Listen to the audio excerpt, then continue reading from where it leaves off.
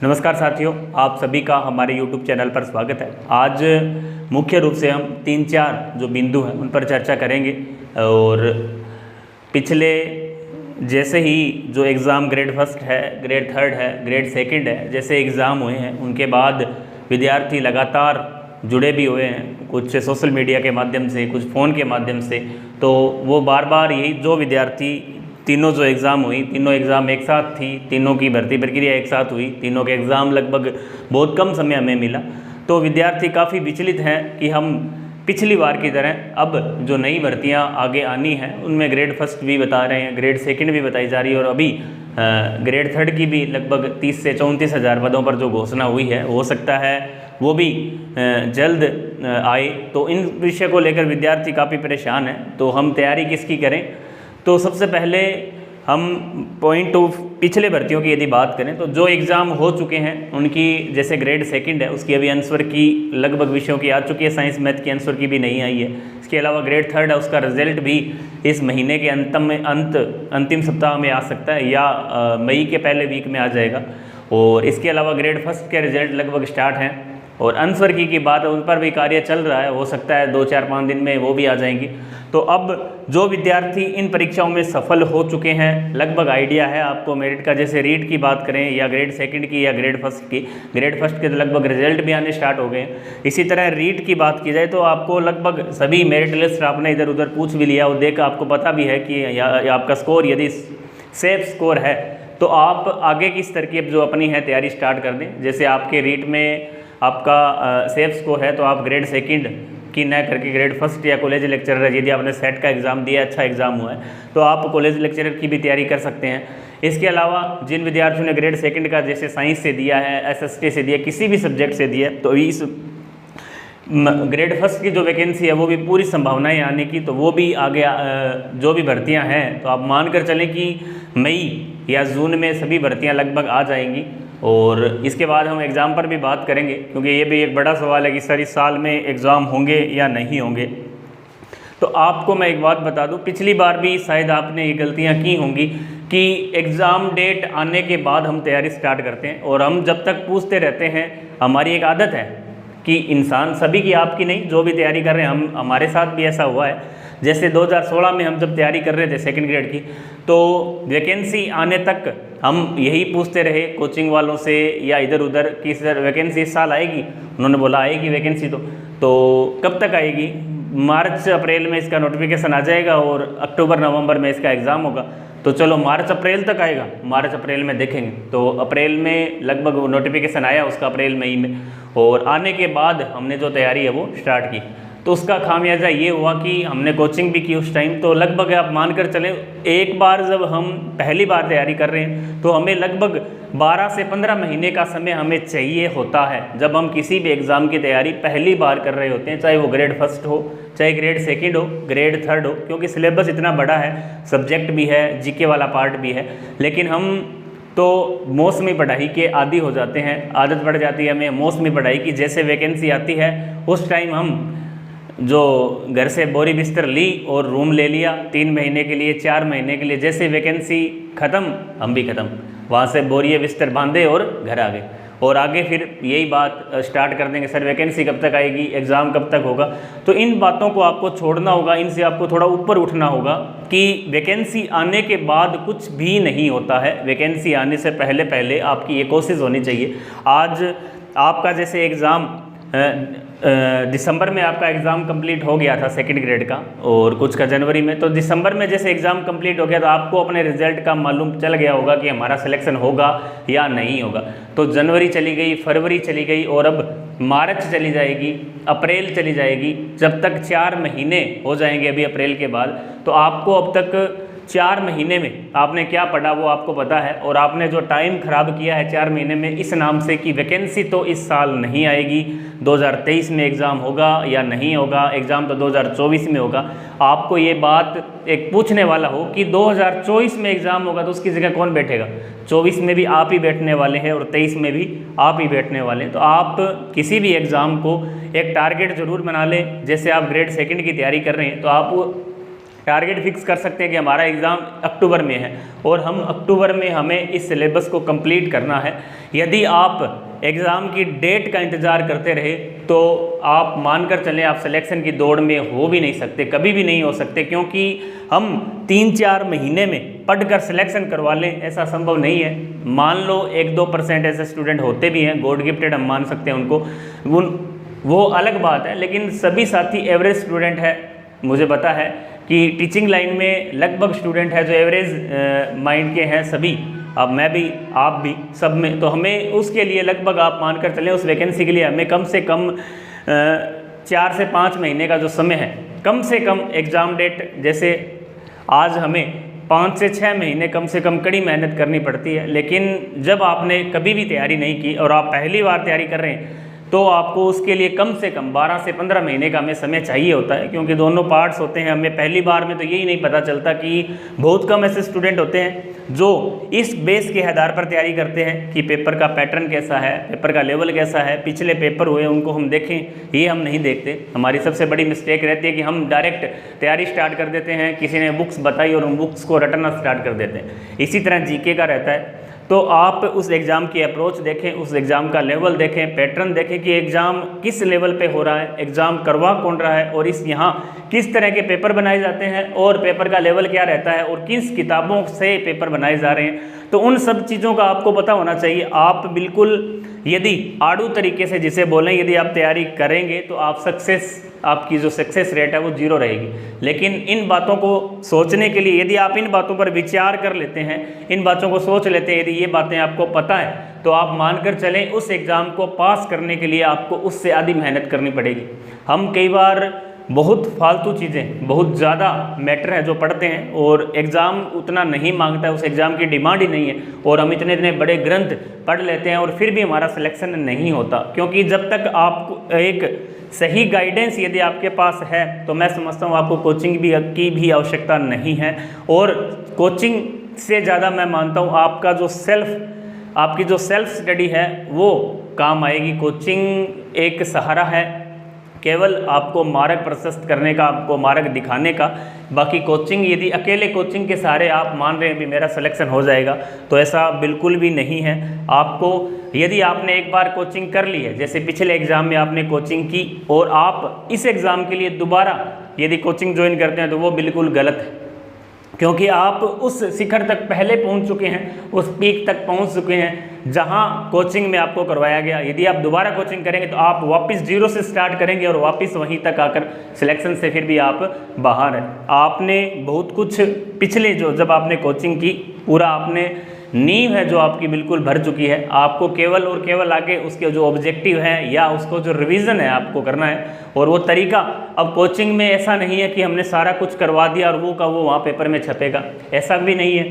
हो सकता है उसमें से आ जाए, हो सकता है थोड़ा लेवल भी बढ़ा दे एग्जामिनर, तो आपको उस लेवल से एग्ज़ाम के जो कोचिंग में आपको करवाया उसका आप दौरान करें और अपने लेवल पर भी जो शॉर्ट नोट्स हैं या आपके जो हस्तलिखित नोट्स हैं खुद तैयार करें, ताकि आप दूसरे के सहारे ना रहें। हमारी एक ये भी आदत होती है कि हमें पका पकाया जो अच्छा लगता है, जो आपने तैयार कर दिया, सर आप नोट्स भेज दो हम तैयार कर लेंगे। नोट्स आप किसी भी सब्जेक्ट से हो चाहे, नोट्स आप खुद बनाएं, बुक्स लें, अच्छी बुक्स लें। एक बार आप बुक्स पूछ सकते हैं, एक बार कोचिंग का भी देखो ज़रूरी है। मान लो आप बिल्कुल नए हैं, आपकी नींव मजबूत नहीं है, आपने पहले बिल्कुल पढ़ाई नहीं की, आपके लिए हर सब्जेक्ट नया है, तो आप एक बार ज़रूर कोचिंग कर लें। लेकिन इसका मतलब ये नहीं है कि आप जितनी बार तैयारी कर रहे हैं उतनी बार आपको कोचिंग की आवश्यकता होगी, ऐसा कुछ भी नहीं है। तो आज हम पहला जो आपका प्रश्न था कि सर एग्ज़ाम कब तक होगा, तो एग्ज़ाम की यदि हम बात करें तो आप एग्ज़ाम मान लो इस वैसे पता अभी किसी को भी नहीं है, पता मुझे भी नहीं है, पता गवर्नमेंट को भी नहीं है, पता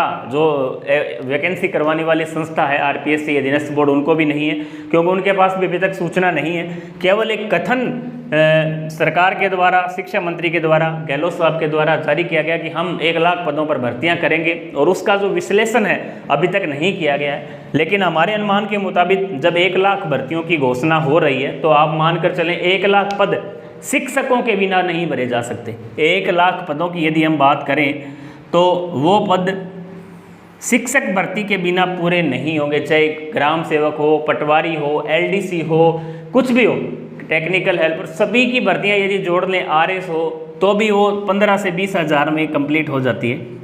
शिक्षक ऐसी भर्ती है वो ही 1 लाख पदों को कंप्लीट कर सकती है, और उसमें भी यदि गवर्नमेंट कहे ना कहे, आप मानकर चलें ग्रेड फर्स्ट, ग्रेड सेकंड और ग्रेड थर्ड तीनों भर्तियां आएंगी, आप मानकर चलें। कॉलेज लेक्चरर ये अलग है, तीनों भर्तियां कन्फर्म आएगी, और आप अपना जो टारगेट है वो फिक्स कर लें। यदि आप ग्रेड फर्स्ट की तैयारी कर रहे हैं तो केवल ग्रेड फर्स्ट पर ही फोकस रखें, आप रीट की तैयारी कर रहे हैं तो आप केवल रीट मुख्य परीक्षा पर ही फोकस रखें। हो सकता है समय लगे, लेकिन आप सुरक्षित हैं, आपका सिलेक्शन श्योर होगा, ये गारंटी है। लेकिन यदि आप आज यदि डगमगा रहे हैं, आज आप कभी फर्स्ट की कर रहे हैं, कभी सेकंड की कर रहे हैं, आपने पिछली बार भी देखा होगा बहुत से साथी जो पहले ग्रेड सेकंड में थे और अंत में जब 2-3 महीने रहे उस समय रीट में चले गए, अब ना वो रीट में उनका हुआ ना सेकंड ग्रेड में हुआ, और ये कंडीशन अब की बार भी होगी, मुझे ऐसा लग रहा है। तीनों भर्तियां एक साथ आएंगी, और तीनों भर्तियां जब एक साथ आती है तो आप यह निर्णय नहीं कर पाते कि अब हम तैयारी क्या करें, और ये चीज़ें आपको पहले बहुत पहले सोचनी होती है। आप एग्ज़ाम से 3 महीने पहले यदि ये विचार कर रहे हैं कि मैं फर्स्ट की करूं या सेकंड की करूं, तो आप रेस से बिल्कुल बाहर हैं, आप मानकर चलें।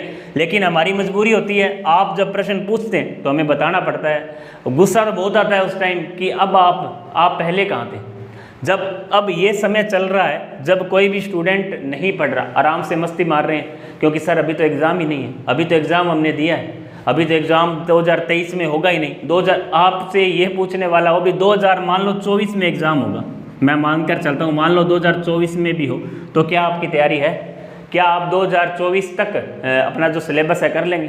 क्योंकि यदि 2024 में एग्ज़ाम होगा तो ये मानकर चलें आप 2023 में तो किताब ही नहीं उठाओगे, 2023 में तो आप किताब भी नहीं उठाओगे।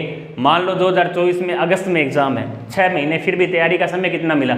आगे बढ़ने का फ़ायदा क्या हुआ? आपको तो पढ़ना तो 6 से 7 महीने ही है, तो फिर आप कैसे उसका जो बेनिफिट है आपको कैसे होगा? तो आप एग्ज़ाम डेट को एक टारगेट खुद फिक्स कर सकते हैं। वैसे मैं आपको बता रहा हूँ, जैसे ग्रेड फर्स्ट है, ग्रेड सेकंड है, ग्रेड थर्ड, आप अपना टारगेट फिक्स कर लें कि हमें करना क्या है, चाहे भर्ती आए चाहे नहीं आए। अब आपकी मान लो एमएससी नहीं है, जैसे बीएड, बीएससी बीएड है या बीए बीएड है, तो आप फर्स्ट ग्रेड तो भूल ही जाएंगे।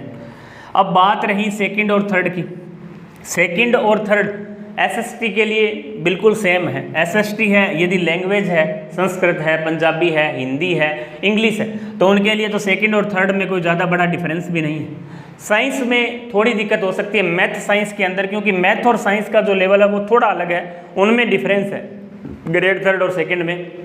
तो उन लोगों को आप अभी यदि आपने पिछली बार रीट के अंदर जी जान से तैयारी की और आपके मार्क्स मान लो 1, 2, 3, 4 मार्क्स तक आपके कम है, आपको लग रहा है अभी मेरा नहीं होगा या मेरे मार्क्स 1-2 नंबर कम है, तो आप वापस उसी परीक्षा की तैयारी स्टार्ट कर दें। आप अपना लक्ष्य चेंज ना करें, क्योंकि आप उस लेवल तक पहुंच चुके हैं, आप सिलेक्शन के बिल्कुल नज़दीक है। यदि आप वहां से वापस यहाँ आ रहे हैं तो जीरो है काम। आप यहाँ तक शिखर तक पहुँचे हुए हैं और आप वहाँ से छोड़कर अब वापस जीरो से तैयारी थर्ड ग्रेड की स्टार्ट कर रहे हैं, इसका मतलब आपकी सेकंड की जीरो हो गई। आपने यदि पिछली परीक्षा में ग्रेड सेकंड की तैयारी की है, ग्रेड सेकंड की आपने तैयारी की है, तो आप दोबारा यहीं से आप दोबारा सेकंड की स्टार्ट कर दें, क्योंकि आपने उस सिलेबस को 2 से 3 बार 4 बार पढ़ा है, आपको याद भी जल्दी होगा, आपकी रुचि भी उसमें है। लेकिन यदि आपने पिछली बार थर्ड की तैयारी की है और आपका थर्ड ग्रेड का पेपर अच्छा नहीं हुआ, किसी कारणवश आपका पेपर अच्छा नहीं हुआ, और आज आप यदि उसकी जगह फर्स्ट या सेकंड का चयन कर रहे हैं, ठीक है, यदि आप कर सकते हैं, आपको यदि पूरा विश्वास है मैं कर लूँगा तो कर सकते हैं, लेकिन आपको 1% भी ऐसा लग रहा है कि मैं नहीं कर पाऊँगा, तो आप वापस उसी पर ही काम करें, ग्रेड थर्ड पर ही काम करें। ग्रेड थर्ड की यदि तैयारी की तो आप ग्रेड थर्ड पर काम करें। और इन तीनों में यदि सबसे आसान सिलेक्शन है तो वो है ग्रेड फर्स्ट। ग्रेड फर्स्ट के अंदर सिलेक्शन करवाना बहुत आसान है, यदि आपका सिलेबस, आपका सब्जेक्ट थोड़ा सा भी अच्छा है, थोड़ा सा कह रहा हूँ, पूरा नहीं, थोड़ा सा भी अच्छा है, तो आप उसमें आराम से करवा सकते हैं, क्योंकि इसमें पढ़ने वाले लोगों की संख्या बहुत कम होती है और इसमें तो और ही कम हो जाएगी। यदि किसी कारणवश ग्रेड फर्स्ट के साथ सेकंड और थर्ड आ गई तो 90% दुनिया तो किस में जाएगी, सेकंड और थर्ड में, और थर्ड आ गई तो सेकंड में भी नहीं रहेगी, वो तो थर्ड में जाएगी। 90% लोग ग्रेड थर्ड में जाएंगे, क्योंकि हमें आदत है, सुनने की आदत है, लोग भी कहते हैं, हम भी कहते थे जब तैयारी के दौरान, आप भी कह रहे हो कि थर्ड ग्रेड में तो पद बहुत ज़्यादा है, भाई यहाँ तो 34,000 की भर्ती यहाँ से बोलो, अब 34,000 की भर्ती तो आएगी, क्या वो 34,000 आप ही है क्या? सब्जेक्ट भी तो उसमें है, विद्यार्थी तैयारी करने वाले भी बहुत हैं, ऐसा नहीं है। लेकिन हाँ, लेवल 1 के लिए ठीक है, मानकर चलता हूँ भी लेवल 1 वालों को ज़रूर फ़ायदा है, क्योंकि लेवल 1 में विद्यार्थी कम है और सीटें भी खूब ठीक ठाक आ रही है, तो लेवल 1 के लिए फ़ायदा है। वो तो परमानेंट अपनी रीट की तैयारी स्टार्ट कर दें, जो लेवल 1 के विद्यार्थी हैं उन्हें तो कुछ सोचना भी नहीं है, ना उनकी MA है ना BEd है, तो आप तो लेवल 1 पर लगे रहें। अब बात सेकेंड और थर्ड की है। सेकेंड और थर्ड में यदि आप लैंग्वेज से तैयारी कर रहे हैं और SST से तैयारी कर रहे हैं तो आप दोनों को लेकर चलें, थर्ड और सेकंड को लेकर साथ में चलें, जो कॉमन चीज़ें उनको चलते रहें। और जैसे ही नोटिफिकेशन आता है और आपको लग रहा है अभी सेकंड ग्रेड पहले आ गई, थर्ड ग्रेड में समय लगेगा, पात्रता परीक्षा करवाएंगे, तो आप तुरंत अपना जो टारगेट है उधर सेकंड ग्रेड की तरफ कर दें और इधर तैयारी स्टार्ट कर दें, आराम से आपका सिलेक्शन होगा। लेकिन आपको लग रहा है कि नहीं सेकंड और थर्ड मेरा फर्स्ट बहुत अच्छा था, आप फर्स्ट की तैयारी करें। और जो साइंस के विद्यार्थी हैं वो तो बिल्कुल, आपने यदि पिछली बार रीट की है तो आप वापस रीट पर काम करें, और यदि आपने पहले ग्रेड सेकंड की है, चाहे मैथ हो चाहे आपका बायो हो, तो आप वापस उसी टारगेट को अभी स्टार्ट कर दें। यदि आप इंतज़ार करते रहे तो आपके पास सिर्फ बचने वो 5 महीने हैं, और 5 महीने में तो हमारे वैसे गुजर जाते हैं, हमें पता ही नहीं चलता। इतना पूछते पूछते कि सर सिलेबस ही नहीं हुआ, सर सिलेबस कंप्लीट नहीं हुआ हमारा कोचिंग में, या हम ऑब्जेक्टिव कैसे निकालें, हमें समय नहीं मिल रहा, हमारा तो सिलेबस इतना बड़ा है। अब वो गोल्डन समय है, इस समय आप, इसीलिए आपके लिए फ़ायदा है, एग्ज़ाम जितना लेट हो उतना आपको मानकर चलें, आपको किसी एग्ज़ाम को पास करने के लिए 5 से, अभी पहले बता चुका हूँ, जिसने पहले एग्ज़ाम की तैयारी की उन्हें भी कम से कम 6 से 7 महीने का समय चाहिए, और जो फ्रेशर हैं उनके लिए तो आप मान कर चलें 12 से 15 महीने का हमारे पास टारगेट होना चाहिए। जब तक आप 12 से 15 महीने इनको नहीं दोगे तो आपका सिलेक्शन नहीं होगा। तो आज के बाद ये सवाल आप कभी भी नहीं पूछेंगे, किसी से मत पूछना, किसी को भी नहीं पता है। अब मैं आपको खुश करने के लिए बोल दूं अक्टूबर में होगा, नवंबर में होगा, लेकिन आपको अपनी तरफ से टारगेट बनाना है। हमने भी हमारी तैयारी के दौरान अपने आप टारगेट सेट किया, करना होगा आपको कोई नहीं बताएगा। एग्ज़ाम कब हो जाए इसका कोई पता नहीं है, गवर्नमेंट कब प्रेशर में हो सकता है गवर्नमेंट को इतना प्रेशर हो कि नहीं हमें तो एग्ज़ाम करवाना है। लेकिन ये कन्फर्म कह देता हूँ, फार्म आपके भरवाए जाएंगे, ये इस गवर्नमेंट के अंदर फॉर्म फिल होंगे, ये आप मानकर चलें। ग्रेड फर्स्ट हो चाहे सेकंड हो चाहे थर्ड हो चाहे कॉलेज लेक्चरर हो, और फॉर्म फिल होने के बाद एग्ज़ाम RPSC को, अधीनस्थ बोर्ड को करवाना ही पड़ेगा। हो सकता है 6-7 महीने लेट हो जाए, और आपको लेट होने में फ़ायदा है, आपकी तैयारी और शानदार होगी। क्योंकि इस परीक्षा में आपकी जो कमियां हैं, ज़रूर कमियां रही हैं जब भी आपका सिलेक्शन नहीं हुआ, और यदि कमियां नहीं होती तो आपका इस परीक्षा में भी सिलेक्शन होता। तो आप उन कमियों को ढूंढें, दूर करें, और एक लंबा टारगेट लेकर चलें, और एक ही परीक्षा की तैयारी करें। आप बार बार अपना जो लक्ष्य है उसको परिवर्तित ना करें। यदि आपका लक्ष्य एक है, इस परीक्षा में बहुत से ऐसे विद्यार्थी थे जिन्होंने केवल सेकंड ग्रेड को चुना, वो सेकंड ग्रेड में सेलेक्ट होंगे। जिन्होंने केवल थर्ड ग्रेड को चुना, उन्होंने टारगेट रखा हमें थर्ड ग्रेड लगना है, हम वो थर्ड ग्रेड में भी होंगे। फर्स्ट ग्रेड में भी बहुत से विद्यार्थियों का चयन हुआ है, लेकिन आपको टारगेट खुद को चयन करना होगा, खुद को फिक्स करना होगा। इसके लिए हम आपकी कुछ भी हेल्प नहीं कर सकते। आपकी जिस सब्जेक्ट में रुचि है, जो सब्जेक्ट आपका अच्छा है, उस पर आप फोकस करें, लगातार तैयारी करते रहें। हम आपके साथ बने रहेंगे, जुड़े रहेंगे, ये हमारा वादा है। जब तक एग्ज़ाम नहीं होगा, शिक्षक भर्ती जब तक कंप्लीट नहीं होगी, जब तक हम आपके साथ रहेंगे। हम समय समय पर आपको, हमें भी पता है तैयारी एक बेरोजगार के लिए एक एक मिनट भारी पड़ते हैं, हमें जवाब देना पड़ता है, घर पर भी, रिश्तेदारों में भी, पड़ोसियों को भी और साथियों को भी। यार तेरा क्या हुआ, रीट की 54,000 की भर्ती थी, फर्स्ट ग्रेड में 10,000 थे, सेकंड ग्रेड 9,000 पदों में नहीं हुआ। अब नहीं हुआ उसको छोड़ो, आप जो बातें गुजर गई उनको छोड़ दो। एक दिन आपका सिलेक्शन जरूर होगा, यदि आप इसी कड़ी में इसी तरह मेहनत करते रहे तो। और यदि आप विचलित हो गए अपने टारगेट से, अपने लक्ष्य से, तो आपका सिलेक्शन कभी भी नहीं होगा। आप अपने, अभी भी मौका है, जो भर्तियां गई हैं उतनी ही भर्तियां इस वर्ष आनी है, पूरी भर्तियां उतनी ही भर्तियां इसी वर्ष आनी है। तो आप उन भर्तियों को आने से पहले, आपके पास सिलेबस है, जो विद्यार्थी पहले कोचिंग कर चुके हैं, पहले सिलेबस को निकाल चुके हैं, उन्हें तो बताने की जरूरत नहीं है, उन्हें पता है कि कब भर्ती होगी, कब क्या है। क्योंकि जो विद्यार्थी नए हैं उनके लिए मैं मुख्य रूप से बता रहा हूं कि आप अपना जो टारगेट फिक्स कर लें, अभी समय है। आप एग्ज़ाम डेट आने के बाद या फॉर्म फिल करने के बाद अपने लक्ष्य को परिवर्तित ना करें, फिर तो आप जिसकी तैयारी कर रहे हैं उसकी ही करते जाएं।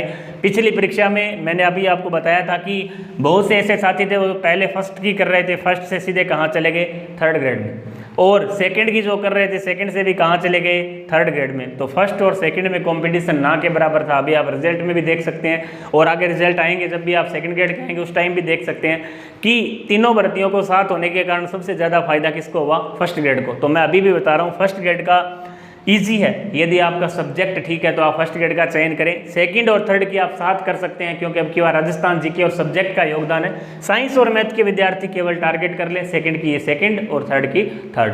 तो इन सब बातों की हमने चर्चा की। हमारा जो पहला पॉइंट था कि सर एग्ज़ाम कब होंगे, तो हमने आपका एग्ज़ाम का रिप्लाई किया है। इसके बाद अभी हम कितने घंटे तैयारी करें, तो अब मैं आपको, अभी हमारा एग्ज़ाम का समय नहीं है तो हम अब 7-8 घंटे भी यदि आप रोज़ दे रहे हैं, आपको केवल 2-3 महीने तो अपनी सीटिंग प्लान तैयार करनी है, भी हमें इतना पढ़ना है, तो आप आराम से जब एग्ज़ाम डेट आएगी, जब तक आप एक बार सिलेबस को आराम से कवर कर चुके होंगे तो आपको बिल्कुल भी जोर नहीं आएगा, बिल्कुल पता ही नहीं चलेगा एग्ज़ाम कैसे क्रैक हो गया। यदि आप अब सोते रहे, यदि समय आपने ख़राब किया, तो एग्ज़ाम डेट के बाद आपको ये समझ में नहीं आएगा कि हमें पढ़ना क्या है, क्योंकि उस टाइम इतना प्रेशर अपने आप पर होता है, घर की तरफ से भी, खुद की तरफ से भी, और अब नहीं हुआ तो हम क्या करेंगे। तो ये सबसे बहुत सी बातें ऐसे मन में आती है, चेंज होते रहते हैं। हमारे जो इसमें टारगेट है वो परिवर्तित हमें नहीं करना है। तो इस आज हमारा जो मुख्य रूप से चर्चा का जो विषय था, एक तो था कि हम किसकी तैयारी करें, तो आप इसको हमने बताया आपको ग्रेड फर्स्ट और सेकंड थर्ड तीनों में से, तीनों भर्तियां आएंगी, तीनों में से एक का चयन कर लें। अब इसके बाद संस्कृत सेकंड थर्ड ग्रेड है, वो भी रीट के बराबर है, तो उसमें आपको दिक्कत है ही नहीं। जो रीट की तैयारी कर रहे हैं वो संस्कृत वाले के लिए कॉमन है, सेम सिलेबस रहेगा, सेम एग्जाम है, उसमें आपको पूछने की आवश्यकता नहीं है। और फर्स्ट ग्रेड और एक अभी जो समय चल रहा है इसमें आप नोट्स खुद के बनाएं। यदि आपने पहले कोचिंग कर रखी है और नहीं भी कर रखी है तो भी आप अपने नोट्स खुद के तैयार करें, कि हमें दूसरों के नोट्स के भरोसे नहीं रहना। आप देख सकते हैं मैंने भी grade second, grade third, grade first college lecturer के लिए एक जीके की श्रृंखला प्रारंभ की थी, YouTube channel toppers Ranveer sir के जो इसमें प्ले लिस्ट मैंने बना रखी है राजस्थान जीके की, राजस्थान का इतिहास शॉर्ट नोट्स कैसे तैयार करें, उसमें राजस्थान अध्ययन की जो बुक है या हिंदी ग्रंथ अकादमी की जो बुक है उनसे संबंधित मैंने शॉर्ट नोट्स बनाने का तरीका, केवल 2 टॉपिक अभी डाले थे, गुर्जर प्रतिहार और सभ्यता स्थल, तीसरा चौहान वंश आगे हम स्टार्ट करेंगे, तो आप उनको भी देख सकते हैं। आपको थोड़ा आइडिया हो जाएगा कि कैसे हम, और आप उतना ही पढ़ें जितना उस एग्ज़ाम की डिमांड है, और वो चीज़ें आपको कब पता चलेगी, आप उसमें देख सकते हैं कि आप शॉर्ट नोट्स तैयार कैसे करें। बहुत से विद्यार्थी है नहीं पता होता, कोई बड़ी बात नहीं है, जब हम तैयारी कर रहे थे तो हमें भी नहीं पता था, लेकिन दुख की बात है हमें उस टाइम बताने वाला नहीं था। आज बहुत आपको सुविधा की दृष्टि से आप यूट्यूब पर एक बार सर्च तो करके देखो, आपको बहुत बड़े बड़े ज्ञानी, धुरंधर, टॉपर आपको बताने वाले बहुत हैं, लेकिन आपकी सुनने की चेष्टा होनी चाहिए। बहुत से हमारे साथी हैं जो गवर्नमेंट जॉब में हैं और शिक्षक भर्ती में विभिन्न पदों पर विभिन्न परीक्षाओं में उन्होंने पास आउट किया है, और वो अपना जो तरीका है, तौर तरीका आपको यूट्यूब के माध्यम से बता भी रहे हैं, तो आप उनका फ़ायदा उठाएं। और ये आज से 2 साल 3 साल पहले ऐसा कुछ भी नहीं था। जैसे कोरोना काल आया उसके बाद जो साथियों ने अपना चैनल बनाया और उसके माध्यम से आपको मार्गदर्शित कर रहे हैं, बहुत अच्छी बात है, फ्री में। आज देखो इस महंगाई के दौर में हम भी यही चाहते हैं कि आपका सिलेक्शन हो, और हमें पैसे की आवश्यकता नहीं है, हम कोई पैसे के लिए आपको मोटिवेट नहीं कर रहे हैं, हम तो ये कह रहे हैं हम जिस मार्ग पर चले हमारा सिलेक्शन हुआ, तो हम भी यही चाहते हैं कि हमारे जो साथी हैं, भाई बहन हैं, बड़े हैं, छोटे हैं, उनका भी सिलेक्शन हो, और आपको उसके लिए अथक प्रयास करना होगा। आप नींद से जाग जाएं अब, क्योंकि अब वो समय नहीं है कि हम 2 महीने पढ़ के 3 महीने पढ़ के सिलेक्शन करवा लेंगे।